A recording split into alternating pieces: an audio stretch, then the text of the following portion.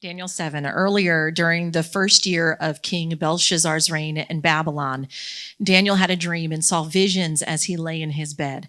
And he wrote down the dream, and this is what he saw. In my vision that night, I, Daniel, saw a great storm churning the surface of a great sea with strong winds blowing from every direction. Then 4 huge beasts came up out of the water, each different from the others. The first beast was like a lion with eagle's wings, and as I watched, its wings were pulled off, and it was left standing with its 2 hind feet on the ground like a human being, and it was given a human mind. Verse 5. Then I saw a second beast, and it looked like a bear. It was rearing up on one side, and it had 3 ribs in its mouth between its teeth. And I heard a voice saying to it, "Get up, devour the flesh of many people." Then the third of these strange beasts appeared, and it looked like a leopard. It had 4 birds' wings on its back, and it had 4 heads. Great authority had been given to this beast. Then in my vision that night, I saw a 4th beast. It was terrifying, dreadful, and very strong. It devoured and crushed its victims with huge iron teeth and trampled their remains beneath its feet. It was different from any of the other beasts, and it had 10 horns. And as I was looking at the horns, suddenly another small horn appeared among them. 3 of the first horns were torn out by the roots to make room for it. This little horn had eyes like human eyes and a mouth that was boasting arrogantly. I watched as thrones were put in place and the Ancient One sat down to judge. His clothing was as white as snow and his hair like purest wool. He sat on a fiery throne with wheels of blazing fire, and a river of fire was pouring out, flowing from his presence. Millions of angels ministered to him. Many millions stood to attend him. And then the court began its session, and the books were opened. Verse 11. I continued to watch because I could hear the little horn's boastful speech. I kept watching until the 4th beast was killed and its body was destroyed by the fire. The other 3 beasts had their authority taken from them, but they were allowed to live a little while longer. And as my vision continued that night, I saw someone like a son of man coming with the clouds of heaven. He approached the Ancient One and was led into his presence. He was given authority, honor, and sovereignty over all the nations of the world, so that people of every race and nation and language would obey him. His rule is eternal. It will never end. His kingdom will never be destroyed. I, Daniel, was troubled by all that I had seen, and my visions terrified me. So I approached one of those standing beside the throne and asked him what it all meant. He explained it to me like this. These 4 huge beasts represent 4 kingdoms that will arise from the earth. But in the end, the holy people of the Most High will be given the kingdom, and they will rule forever and ever. Then I wanted to know the true meaning of the 4th beast, and the one that was so different from the others and so terrifying. It had devoured and crushed its victims with iron teeth and bronze claws, trampling their remains beneath its feet. I asked about the 10 horns on the 4th beast's head and the little horn that came up afterward and destroyed 3 of the other horns. This horn had seemed greater than the others, and it had human eyes and a mouth that was boasting arrogantly. And as I watched, this horn was waging war against God's holy people and was defeating them until the Ancient One, the Most High, came and judged in favor of his holy people. Then the time arrived for the holy people to take over the kingdom. Verse 23. Then he said to me, the 4th beast is the 4th world power that will rule the earth. It will be different from all the others. It will devour the whole world, trampling and crushing everything in its path. Its 10 horns are 10 kings who will rule that empire, and then another king will arise, different from the other 10, and he will subdue the 3 of them. He will defy the Most High and oppress the holy people of the Most High. And he will try to change their sacred festivals and laws, and they will be placed under his control for a time, times, and half a time. But then the court will pass judgment, and all his power will be taken away and completely destroyed. Then the sovereignty, power, and greatness of all the kingdoms under heaven will be given to the holy people of the Most High. His kingdom will last forever, and all rulers will serve and obey him. And that was the end of the vision. I, Daniel, was terrified by my thoughts, and my face was pale with fear, but I kept these things to myself. All right, good luck, right? Good luck interpreting that. We're going to try for about half an hour. hopefully. So when Aaron said, if you feel confused, come on Thursday night, I'm in the same boat with you, all right? So what I've been doing this week is just reading commentaries. I don't have some special knowledge or revelation about what Daniel means. We're all the same. And so my encouragement to you is to get yourself a good commentary, or there's plenty of them online, and just dive in. There's a bunch of different views and thoughts that people have had throughout the church ages about what this means. But we're going to give our best attempt this morning to make sense of what's going on. When Jesus ascended into heaven, at the end of the New Testament, or at the end of the Gospels, he promised to come again and establish his kingdom, right? That's the promise. And we talk about that every week when we take communion. We proclaim the Lord's death until he comes. That's kind of what we're doing here. But then when persecution erupted in the New Testament, like in 2 Peter 3, people begin to ask this question: where is the promise of his coming? I thought you said Jesus was coming. Where is it? And so especially in times of persecution and times when you've been waiting for a long time, people will ask, where is the promise? And maybe people even ask that now in our day and age. We long to see God's kingdom on earth. Israel in the Old Testament experienced the same kind of longing. God had punished them for their sins by sending them into exile in Babylon. And they say this in Psalm 137, by the rivers of Babylon, there we sat down and there we wept when we remembered Zion. So they're remembering their home and they're not there and they're weeping. So they long to be back in the promised land, but they remain in captivity. Generation came and went. They're still in captivity. And when their suffering had kind of reached a high point, under the king Belshazzar, the evil king that we just read about, God gives Daniel this dream, this vision of what was to come. And so it's kind of a cosmic grand overview of human history. And actually, if you want to dive deep into the weeds, it's actually a retelling of Genesis 3 that's happening in Daniel. It's a prophetic vision of the chaos of the earth and God coming to judge and to rescue.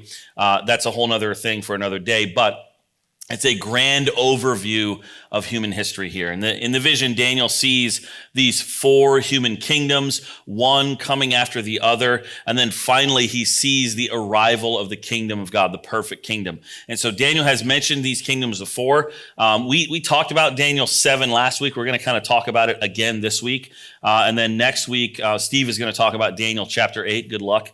And we're going to see where we go from there. But Daniel 2, where Daniel has talked about these kingdoms before, tells us that King Nebuchadnezzar has a dream of a giant statue made of those 4 different metals: gold, silver, bronze, and iron.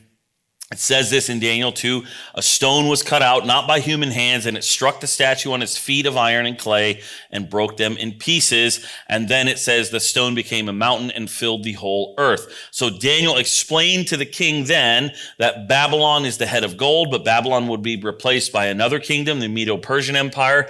And this kingdom is in turn replaced by another, the Greek Empire. And then finally, the Roman Empire comes onto the scene. In Daniel 2:44, it says, in the days of those kings, the God of heaven will set up a kingdom that shall never be destroyed. So that's talking about the Roman Empire and the incarnation, the first coming of Jesus. Now, roughly 50 years after God gave King Nebuchadnezzar that dream that Daniel then interpreted, God gave Daniel the dream that we're looking at here.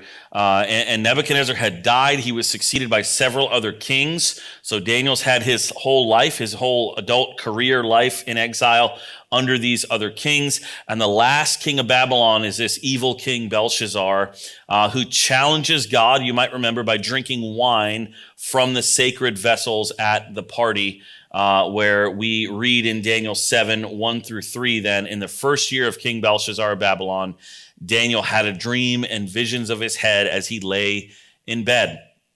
Then he wrote down the dream. I, Daniel, saw in my vision by night the 4 winds of heaven stirring up the great sea, and the 4 beasts came up out of the sea, different from one another. So today is going to be a lot of just kind of exposition of what the text means and a little bit of application at the end. It might be a little different. I might be a little more tied to my notes than I typically am, or that I typically try to be. And so what we just read there, the 4 winds of heaven, is really talking about encompassing the entire earth, north, south, east, west, right? These winds are coming from every direction of the compass, and they are stirring up this great sea that Daniel sees. And then as he's watching, it says, 4 great beasts come up out of the sea, different from one another. Now, you may not know this, but in the Bible, in the ancient Near East, the sea is always a symbol for disorder, chaos, and hostility towards God. You might remember the story of Jonah, right, in the whale, and he gets thrown into where? The sea. So the sea is always, and we know this from the ocean's dangerous, right? And if you get out in the ocean in a storm, you're pretty much powerless. And so this was the idea that the sea was symbolic for this chaos and disorder. And so the fact that these beasts come up out of the sea is our first clue that they are evil. They stand for disorder and hostility towards God. Daniel also writes that these beasts are different from one another. They're represented by different animals. They stand for these 4 different kingdoms. Even today, we know that nations sometimes are represented by animals. Right now, the European Soccer Championships are going on, and you may know that England is the Lions. That's their kind of theme, their team animal. Of course, United States, we have the eagle, right? And there's many others.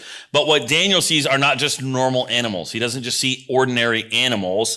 These are like mutant hybrid animals, okay? And this is the second clue that these beasts are evil, because according to Genesis 1, God doesn't create creatures as hybrids. He creates them according to each one's kind. And so these beasts are depicting, again, disorder. One commentator says that they represent evil, malignant human kingdoms. And so what we saw last week was that the first 3 beasts in Daniel 7 represent, again, those 3 earthly kingdoms of the Babylonian, the Medo-Persian, and the Greek empires. But a fourth, in this instance, a 4th world empire is yet to come here. It's so ruthless and evil that there is no beast that it is like. Right? Daniel sees this 4th beast, and it's unlike anything else. And what many scholars are going to point to is that this is like the Roman Empire. This is that 4th empire. And as we get through today, you'll see that we're going to kind of see that the spirit of the Roman Empire is still kind of with us. Okay, I know that's kind of like weird, but just hang with it and you'll see how this works out. Daniel can only describe how evil it looks and acts. Verse 7. After this, I saw in the visions by night a 4th beast, terrifying and dreadful and exceedingly strong. It had great iron teeth and was devouring, breaking in pieces or crushing and stamping what was left with its feet. So this monster uses what Daniel describes as great iron teeth to like break into pieces everything in its path. And anything that's left, it stomps with its feet. This is total destruction. This is the kingdom of iron in Nebuchadnezzar's dream back in Daniel 2. Daniel said this, there shall be a 4th kingdom strong as iron, and just as iron crushes and smashes everything, it shall crush and shatter all these. And so this is what we see in history. Roman legions marching across the world, destroying what was left of the Greek Empire, forcing regions in Asia, Africa, and Europe to submit to the Caesar in Rome. Like, think about how ridiculous that is, right? From England all the way across, like into India, the Roman Empire is ruling without airplanes and tanks, and that's crazy empire power for its day. And even for now, that's a humongous landmass. And so this monster, Daniel says, was different from all the beasts that preceded it. Another commentator said this about Rome. Rome possessed a power and longevity unlike anything the world had ever known. Nations were crushed under the iron boot of the Roman legions. Its power was virtually irresistible, and the extent of its influence surpassed the other 3 kingdoms. At the end of verse 7, Daniel says that the monster has 10 horns. Now, the leopard we've seen had 4 heads, okay? So after the death of Alexander the Great, the Greek Empire does indeed break into 4 sections. We talked about those generals last week. And so the 4th beast, Daniel says, now has 10 horns. But it gets really interesting in verse 8. It says this, I was considering the horns, as one would be in a terrifying vision in the night. right? I was considering the horns when another horn appeared, a little one coming up among them to make room for it. 3 of the earlier horns were plucked up by the roots. There were eyes like human eyes in this horn and a mouth speaking arrogantly. So now, in contrast to these large beasts, we see this horn described as being little, right? But don't let that sort of make you feel calm about it. This little horn is extremely smart and it's persuasive. It's intelligent is what we see. It's in contrast to the 4 beasts, gets a human description. It has eyes like human eyes. Now, in the Bible, eyes function as instruments of observation and learning and are therefore appropriately symbolic of intelligence, insight, and wisdom. This individual will be extremely intelligent and clever. So that's a quote from a commentator, that this little horn represents a person who will be incredibly intelligent and clever. It says also that he has a mouth speaking arrogantly, or more literally, speaking great things. The little horn is evil personified. And this person is so dangerous precisely because they are incredibly intelligent and they speak persuasively. And we're going to hear more about this little horn later. Now, from the succession of evil human kingdoms, verse 9 then sort of takes us in a different direction to another scene, right? It's almost like the screen went to black and now we're opening up to a new scene. And what you'll notice in your translation, depending on what you have, is that it's poetry now. So we've moved from prose to poetry, and there's all kinds of literary devices that we just don't have to. There's a bunch of chiasms in this text, and the whole thing is probably a chiasm, which is a Hebrew poetic literary device. But one commentator mentioned this about the poetry. The balanced poetry conveys the order and beauty which surround the divine judge as opposed to the chaos of the sea and its beasts. So even the use of language itself is conveying to you chaos versus divine order. Okay? And so it says this in verse 9, as I watched, thrones were set in place, and an ancient one took his throne. His clothing was white as snow, and the hair of his head like pure wool. His throne was fiery flames, and its wheels were burning fire. Okay, all kinds of symbolism here. Up to this point, God has been kind of working behind the scenes, right, in this story. But now we see God in the front and center, actively in control of creation. It refers to him as an ancient one, or the ancient of days. That is, that God is eternal. Actually, my daughter and I, Journey, were having this conversation last night. She was asking me about when God was born. And we talked about Jesus and the incarnation. And then she asked me, well, when was God born? And I was like, well, he wasn't born. There was never a time when he didn't exist. And she was like, I don't, what does that mean? And I'm like, I don't know either. He's eternal and we're not, but that's just what it is. This Ancient of Days takes his throne, and that's his eternal throne. It's the throne of judgment. That's what we see here, that God will judge the nations. God is described as having clothing white as snow in contrast to these evil beasts. This is a color. The whiteness of God's clothing is a symbol for purity and holiness. And so the hair of his head is also white, like pure wool. So in contrast to evil human kingdoms, God is depicted as absolutely pure and holy, right? The New Testament would say there is no darkness in him at all.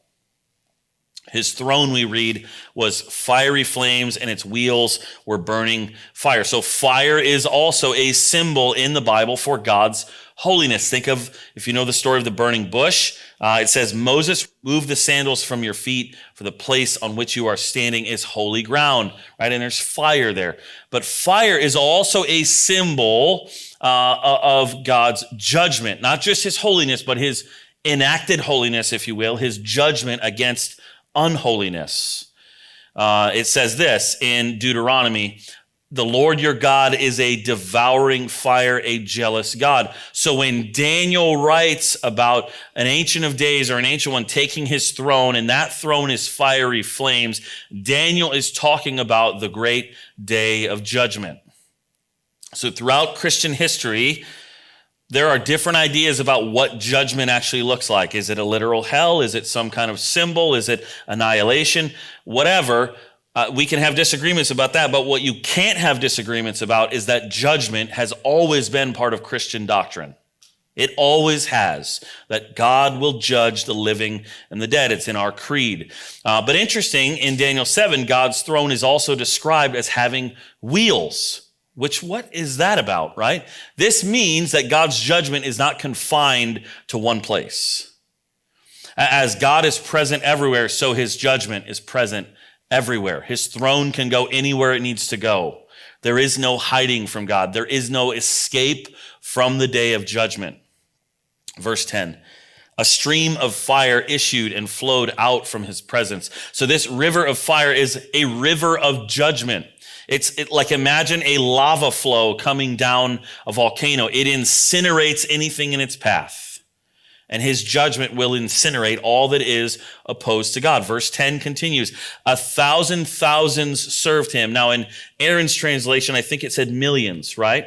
So the point here is that this is a cosmic scene, right? Remember, Daniel is looking at like all of humanity and human history here. 1,000 thousands served him, and 10,000 times 10,000 stood attending him. The court stood in judgment, sat in judgment, and the books were opened. So this is a cosmic scene. The number of angels serving God is innumerable. Can't count them. In the ancient world, the highest number for which they had a word was 10,000. So 10,000 times 10,000 is absolutely the highest number they could imagine, right? In colloquial terms, it's like us saying a bajillion. It's a meaningless, innumerable number. So 10,000 times 10,000 is just that number that is so big, it's meaningless. There are so many angels serving the God of the universe, they simply cannot be counted. And it says the court sat in judgment. And this is, I don't know why this line is just like so terrifying. The books were open, right? There's no page that God isn't going to turn and look at. In this vision, Daniel receives a glimpse of the final judgment, but it's focused primarily on the little horn.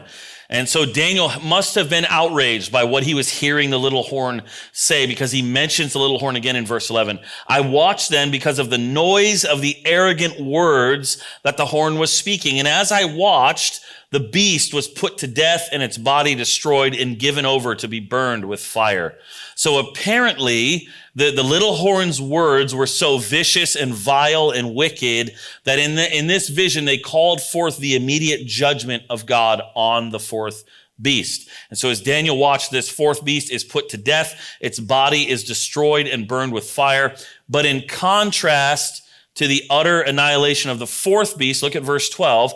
As for the rest of the beasts, their dominion was taken away, but their lives were prolonged for a season and a time. So the first three beasts are not annihilated, but their dominion, that is their sovereignty, is removed. Their lives were prolonged for a season and a time, right? That's for a predetermined amount of time. And so when the Babylonian kingdom was overthrown by the Medo-Persian Empire, it lost its sovereignty, but it actually continued to exist under Persian rule. When the Persian kingdom was overthrown by Alexander the Great, it loses its dominion and its sovereignty, but it continues to exist as part of the Greek kingdom. And when the Greek Empire is overthrown by Rome, it loses its sovereignty, but continues to exist and highly influence the Roman Empire. But the Roman Empire is different. Its evil nature comes to a new expression in the little horn, somehow a ruler who is going to appear at the end of time, at the end of the eschaton, when God judges the little horn, the last remnant of the Roman Empire, or you might even say the spirit of the Roman Empire that still exists in our world will be finally annihilated, and with its demise, the earlier human kingdoms come to an end as well. And so the message is that there will be a new world order that will replace all the previous sinful human kingdoms. Now, as we get to verse 13, I want you to notice the contrast between the Son of Man that's mentioned and the earlier kingdoms. So the human kingdoms are described in verses 4-7 as being like animals, like a lion, resembling a bear, like a leopard, a fourth beast, totally dreadful and exceedingly strong with iron teeth and 10 horns. But this fifth king, this fifth ruler is described as being like a son of man or like a human being. And also notice where these beasts come from, right? The four great beasts come up out of the sea. Again, the biblical symbol for chaos and evil, but the one like a son of man comes where? From the clouds, or he comes with the clouds of heaven. And for those of you who grew up in cheesy early 2000s Christianity, I couldn't help but think of the song. You guys know which one I'm talking about. No, not that one. Yes, okay, that one. I didn't know that was the hand motions. All right. There's hand motions? The subculture goes deeper than I thought, guys. All right. So the Son of Man comes with the clouds of heaven. And in the Old Testament, it's God who comes on the clouds of heaven. So let me give you a couple examples. Isaiah writes this: "See, the Lord is riding on a swift cloud and comes to Egypt." That's Isaiah 19. Psalm 68 tells us, "Sing to God, sing praises to his name. Lift up a song to him who rides upon the clouds." Psalm 104 says, "You, O Lord, make the clouds your chariot." So based on this, Daniel's one like a son of man, or the Son of Man who comes with the clouds of heaven, is opposite. This is divine. So we read at the end of verse 13, "And he came to the Ancient One and was presented before him." So God the judge had now found the earthly beasts guilty, sentenced them, and now this divine one, like a son of man, is presented in this cosmic scene as their replacement. And we see in verse 14 as we continue that Daniel sees that at the end of time, God will take away the dominion from the human kings and give the dominion, the glory, and the kingship to the one who is like a son of man. Then this son of man will be served by all peoples, nations, languages, tribes, whatever your translation says there. Verse 14 continues, his dominion, that's authority, right? Remember what Jesus said, all authority in heaven and on earth has been given to me. Verse 14, his dominion is an everlasting dominion that shall not pass away, and his kingship is one that shall never be destroyed. So in contrast to the human kings and the human empires who lose their dominion and whose kingship will be destroyed, the dominion of this Son of Man shall not pass away, and his kingship is one that shall never be destroyed, right? So maybe you're picking up on the subtle hints, but the Son of Man, this is Jesus, right? In the New Testament, Son of Man is one of his most important titles. How do we know this? Well, in line with Daniel's statement that, quote, to him was given authority or dominion and glory and kingship. I mentioned this. Jesus said the Son of Man has authority on earth to forgive sins. That's in Mark chapter 2. Jesus also said the Son of Man is Lord even of the Sabbath, again in Mark 2. After his resurrection, of course, Jesus said, all authority in heaven and on earth has been given to me. Jesus also spoke of his second coming as the Son of Man coming with the clouds of heaven. That's a direct allusion to this chapter that we're reading.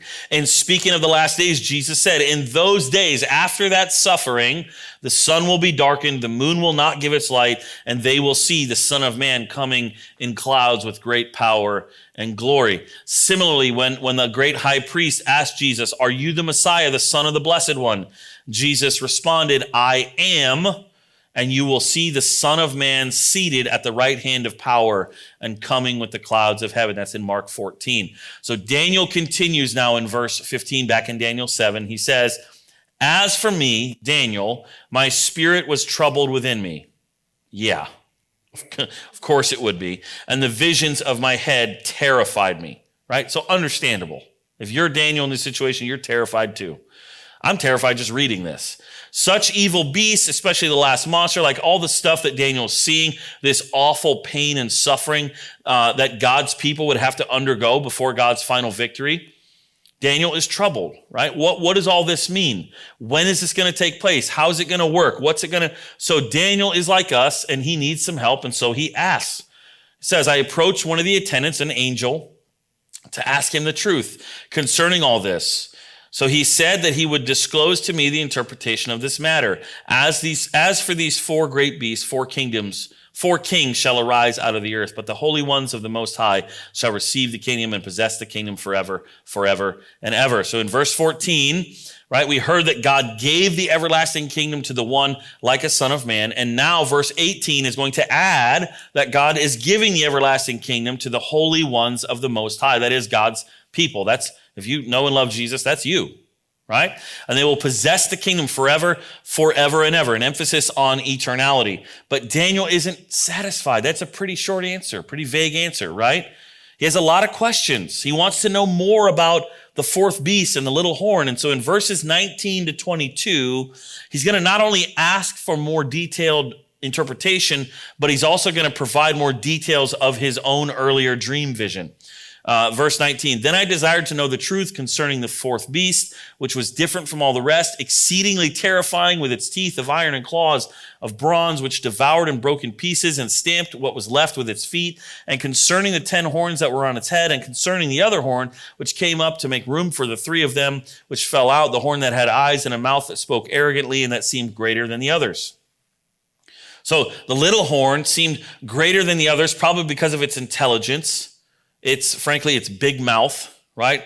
And kind of this belligerent, arrogant attitude. Daniel continues in verse 21, as I looked, this horn made war with the holy ones and was prevailing over them until the ancient one came.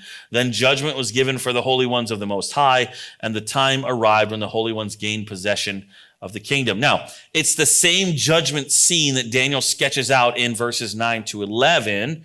And here's what's interesting. In his earlier version, Daniel stresses that in response to the little horn's arrogant words, or his great words, the Ancient One comes, takes his throne, and passes judgment against the little horn.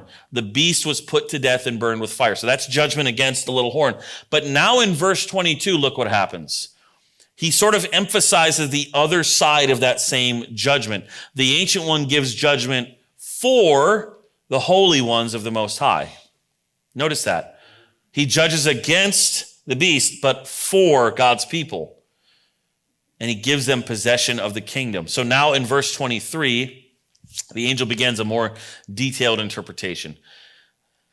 As for the fourth beast, there shall be a fourth kingdom on earth that shall be different from all the other kingdoms. It shall devour the whole earth and trample it down and break it to pieces. This would be different from all other empires, all other kingdoms, in that it would devour all the surrounding nations. One way to translate it is bite by bite, this beast, until it encompasses the entire earth. Verse 24, as for the 10 horns, out of this kingdom 10 kings shall arise, and another shall arise after them. This verse speaks of the demise of the fourth kingdom, probably the Roman Empire, in several phases.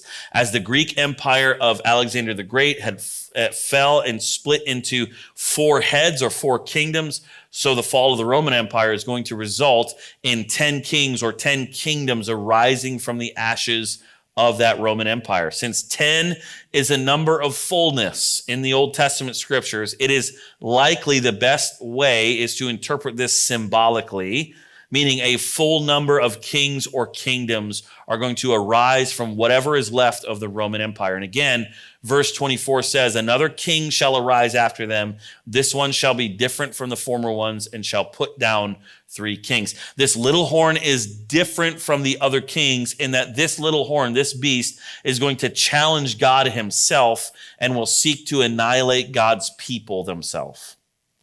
Verse 25 details it.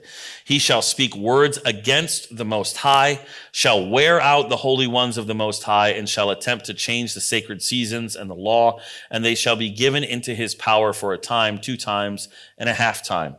Okay? He shall speak words against the Most High means that he's going to blaspheme God himself.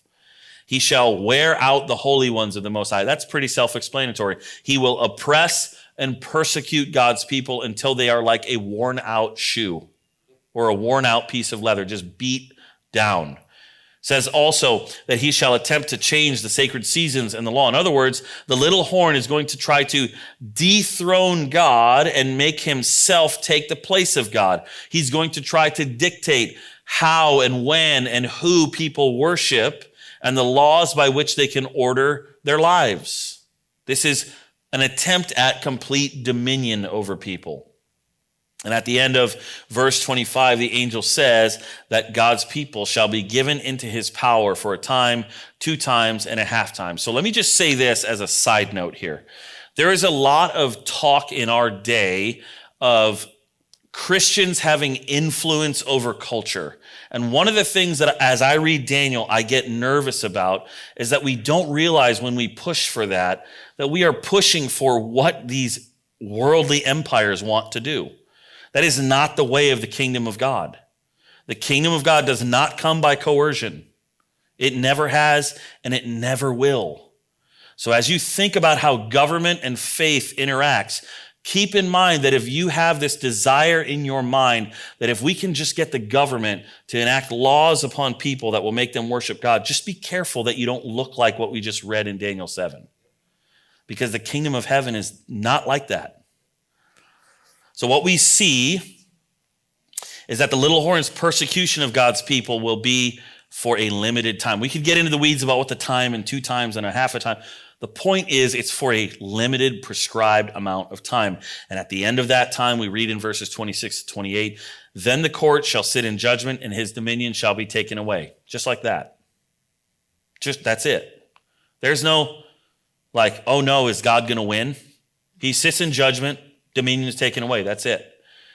To be consumed and totally destroyed. The kingship and dominion and the greatness of the kingdoms under the whole heaven shall be given to the people of the holy ones of the Most High. Their kingdom shall be an everlasting kingdom, and all dominions shall serve and obey them. Here the account ends. As for me, Daniel, my thoughts greatly terrified me. My face turned pale, but I kept the matter in my mind. Daniel's still terrified here. We don't get this resolve like, oh, I feel great. His face turns pale. Why? He had seen some awful things happening on earth. The angel's words that the little evil horn are going to harass and persecute God's people are not reassuring, right?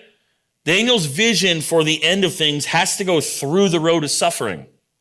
That's what we see.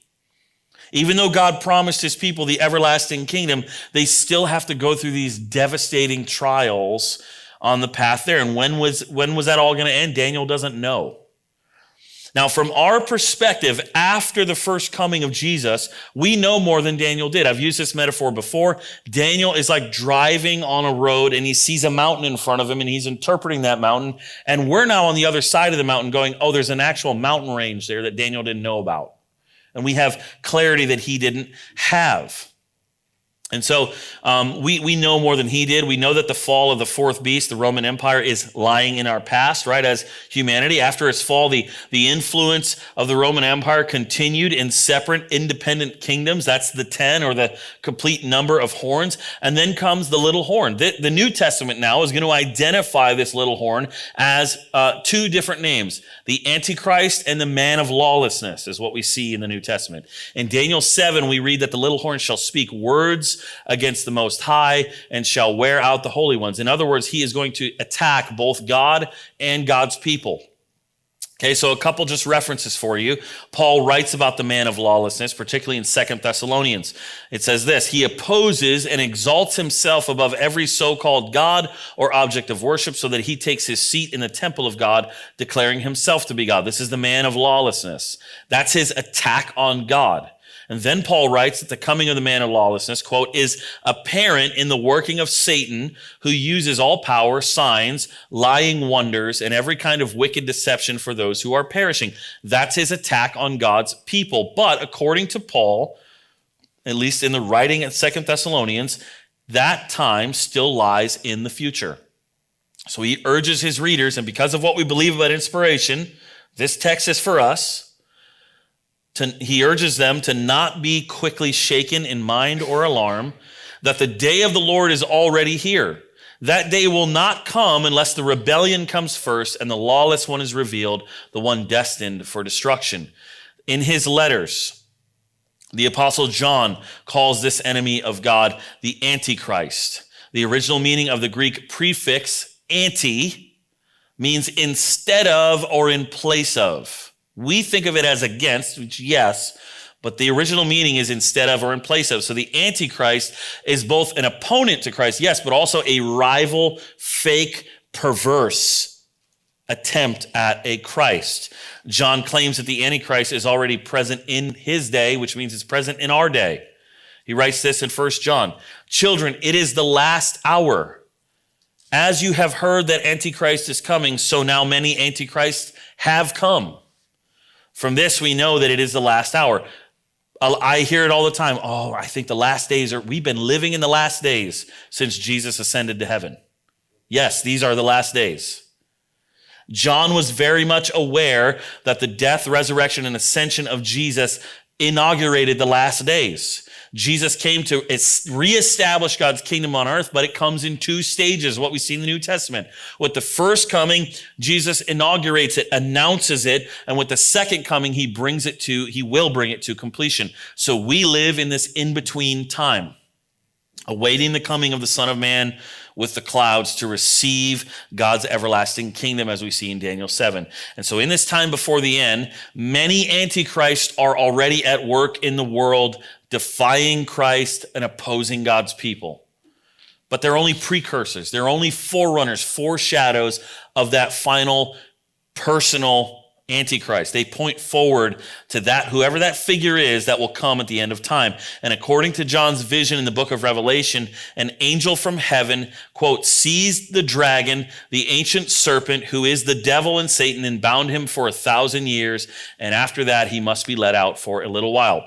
So right now, the dragon, this symbol for evil personified, is bound. He cannot do his worst, right? In our world, the devil cannot do as bad as he could do. Think about that. He's being held back right now. He's like a chained lion, limited. But at the end of this full period of time, that's the symbolic language of the 1,000 years. He will be set loose for a little while, and that will be the time of the little horn. In John's words, Satan will be released from his prison and will come out to deceive the nations. Now, I know that there's different views about this, okay? I'm giving you one view, and I would encourage you to go study the other views. They are secondary issues. That means we can believe different things about the 1,000 years and what that means and still be in the same church together and love each other and follow Jesus. Okay? The nations then will unite to turn upon the church of Christ. They will surround, quote, the camp of the saints and the beloved city. And in those dark end time days, it will look like the church is going to be annihilated. But then, as in Daniel 7, God will intervene. This is Revelation chapter 20. Fire came down from heaven and consumed them, and the devil who had deceived them was thrown into the lake of fire. Now, all this stuff about the little horn, the Antichrist, the man of lawlessness, is not the main point of Daniel chapter 7. That is not the point of it. That is background. The little horn is a bump in the road, a big bump, right? Don't get me wrong. A huge bump in the road on the way to the main thing in the text. And rule number one of reading any literature, but especially the Bible, is that old saying, keep the main thing, right? Don't get lost in the weeds. Because 3 times in Daniel 7, it reiterates that God's people will receive the kingdom. Verse 18, verse 22, verse 27, they all speak of how God's people are going to inherit a universal, everlasting kingdom, the kingdom of God. In the New Testament, this is what Jesus says. When the Son of Man comes in his glory and all the angels with him, then he will sit on the throne of his glory. All the nations will be gathered before him, and he will separate people from one another as a shepherd separates the sheep from the goats.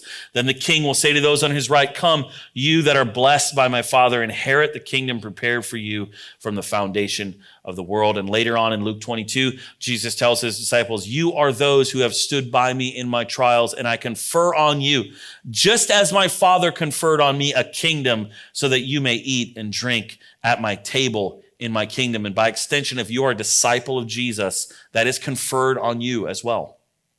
Daniel 7 reassures us that our sovereign God is in control of every human empire. God is not ever surprised in heaven. He is never sitting up there like, oh my gosh, I can't believe this empire is so evil. He's sovereign. Now, we may get disheartened about the things he allows and doesn't allow. We get disheartened about the persecution we hear about of our brothers and sisters. But in giving to Daniel this sort of overview of human history, God is seeking to encourage us. Yes, kids are coming in. You can hear them too. But it says, but the point is this, to take heart, right? Things are not what they seem. It might look like Days are dark and where is God? But God is still sovereign. God is still in control. He still allows evil human kingdoms to exist, and I don't understand why, and neither does anybody else. And we have to deal with the reality of what philosophers might call the problem of evil. And I don't understand it. For somehow he allows kingdoms to exist, and he allows evil to harass and persecute God's people. At the end of time, he's even going to allow this little horn, this Antichrist, to decimate the church. But that doesn't mean we give up hope, right? Jesus explained it well when he said, in this world you will have trouble, but take heart. I have overcome the world. Deliverance is closer, right? That's a way to think about this. When you walked in here about an hour ago, you are now 1 hour closer to this deliverance and this kingdom coming. And so when the persecution hits its climax, what we hang on to is that God is going to step in. He is going to judge the nations. He is going to destroy wicked human rulers and wicked human kingdoms. And then he is going to establish his perfect kingdom on earth. He is going to give us his son and give us the kingdom. That's really the message that I hope you hear when you read a passage like Daniel 7. And that's just what I want to leave us with this morning. Let me pray. Lord, I just pray against any spirit of confusion or division that a chapter like this can create in us as a people.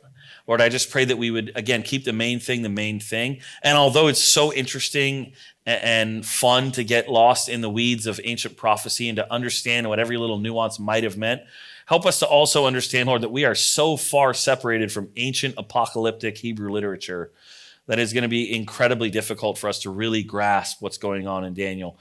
And so, Lord, even though that doesn't mean we don't try, Lord, would you just, Holy Spirit, enable us to just trust you and to walk with you so that we would see these things should they come in our day.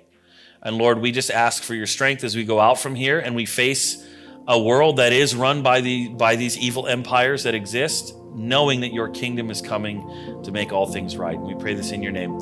Amen.